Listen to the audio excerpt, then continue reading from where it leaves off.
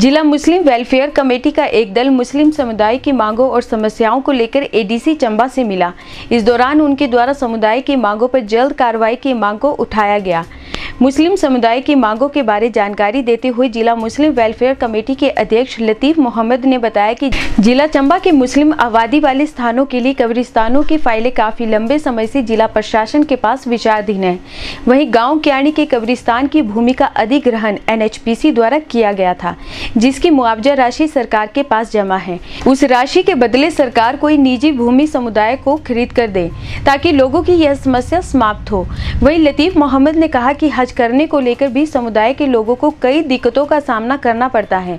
उसमें हज यात्रा के लिए जाने पर की जाने वाली विभिन्न औपचारिकताओं के लिए जैसे फार्म भरना, फीस जमा करवाना, पासपोर्ट जमा करवाने के लिए बार बार शिमला से जानकारी लेनी पड़ती है, जिससे हज यात्रियों को काफी परेशानी होती है। अतः उनकी मांग है कि हिमाचल सरकार ने हज कमेटी के लिए जो सदस्य मनोनीत किए हैं, उन सदस्यों को या उपायुक्त कार्यालय में इस बारे किसी अधिकारी को नियुक्त किया जाए ताकि हज यात्रियों की इस समस्या का अंत हो सके।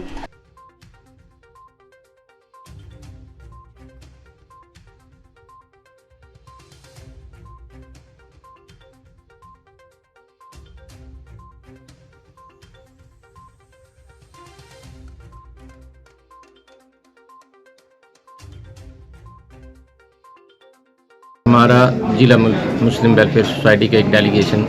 एडीसी महोदय से मिला, जिसमें कि हमारे समुदाय की कुछ समस्याएं थी।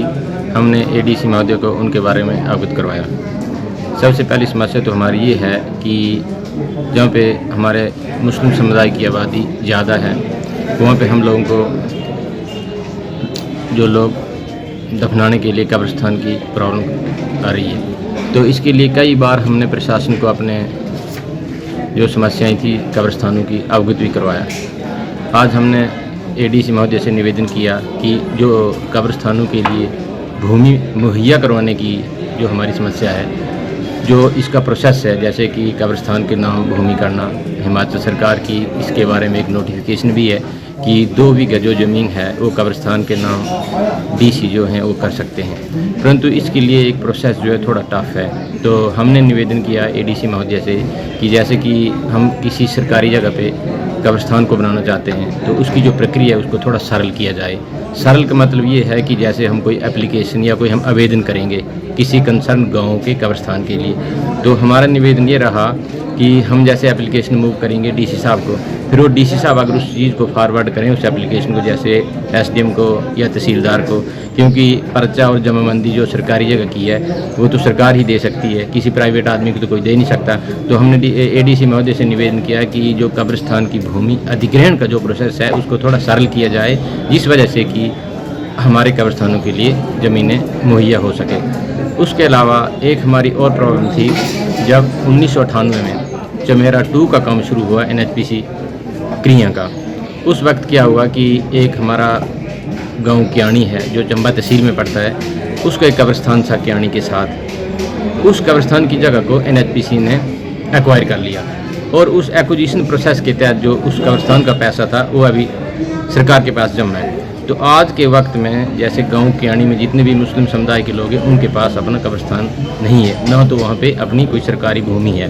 तो हमने एडीसी महोदय से निवेदन किया कि वो जो पैसा NHPC ने जमा करवाया है भूमि एक्विजिशन के प्रोसेस के बदले में, उस कब्रिस्तान से सरकार गांव क्याणी के लोगों के लिए कब्रिस्तान निजी भूमि पे खरीद कर